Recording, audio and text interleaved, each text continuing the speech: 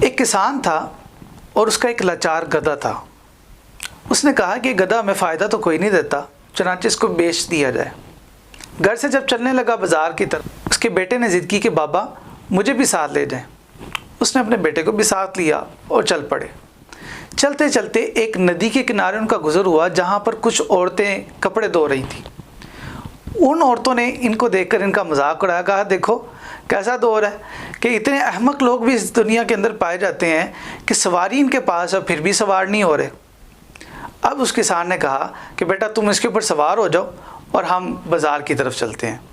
اس نے اپنے بیٹے کو گدھے کے اوپر بٹھایا اور چل پڑے۔ تھوڑا آگے گئے تو ایک نوجوان ان کو نظر آیا، کہا دیکھا کیسا زمانہ آ گیا کہ جوان بیٹا گدھے پر سوار ہے اور بوڑھا باپ چل رہا ہے۔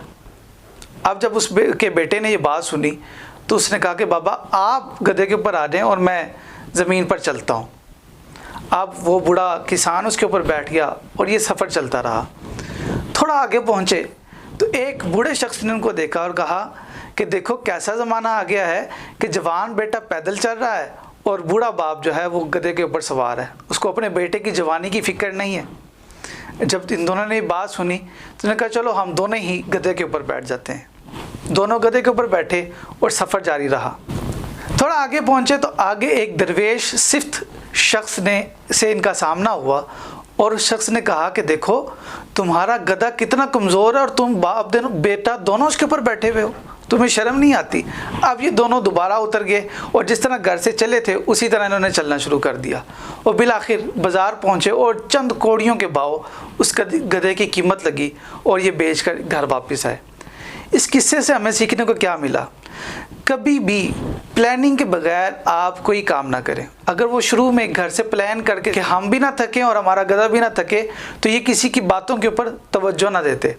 انہوں نے لوگوں کی باتیں سنتے رہے، اپنے پلان بدلتے رہے، بالآخر کیا ہوا؟ ان کو نقصان ہوا اور جو راستہ تھا وہ بھی ان کا لمبا ہوا۔ تو ہمیں یہ چاہیے کہ ہم جب بھی اپنا کوئی کام شروع کرنے لگیں، چاہے وہ چھوٹا سا کیوں نہ ہو، اس کی پوری پلاننگ کریں۔ ہمیں ہر وجہ سے دیکھنا چاہیے کہ نقصان ہو سکتا ہے اور کس وجہ سے ہمیں فائدہ ہو سکتا ہے۔ تو لہٰذا جب ایسا کریں گے تو انشاءاللہ تبارک و تعالیٰ فائدہ ہوگا۔ اگر آپ کو ہماری یہ ویڈیو اچھی لگی ہے تو اس کو ضرور لائک کیجیے گا اور ہمارا چینل سبسکرائب کیجیے گا۔ فی امان اللہ۔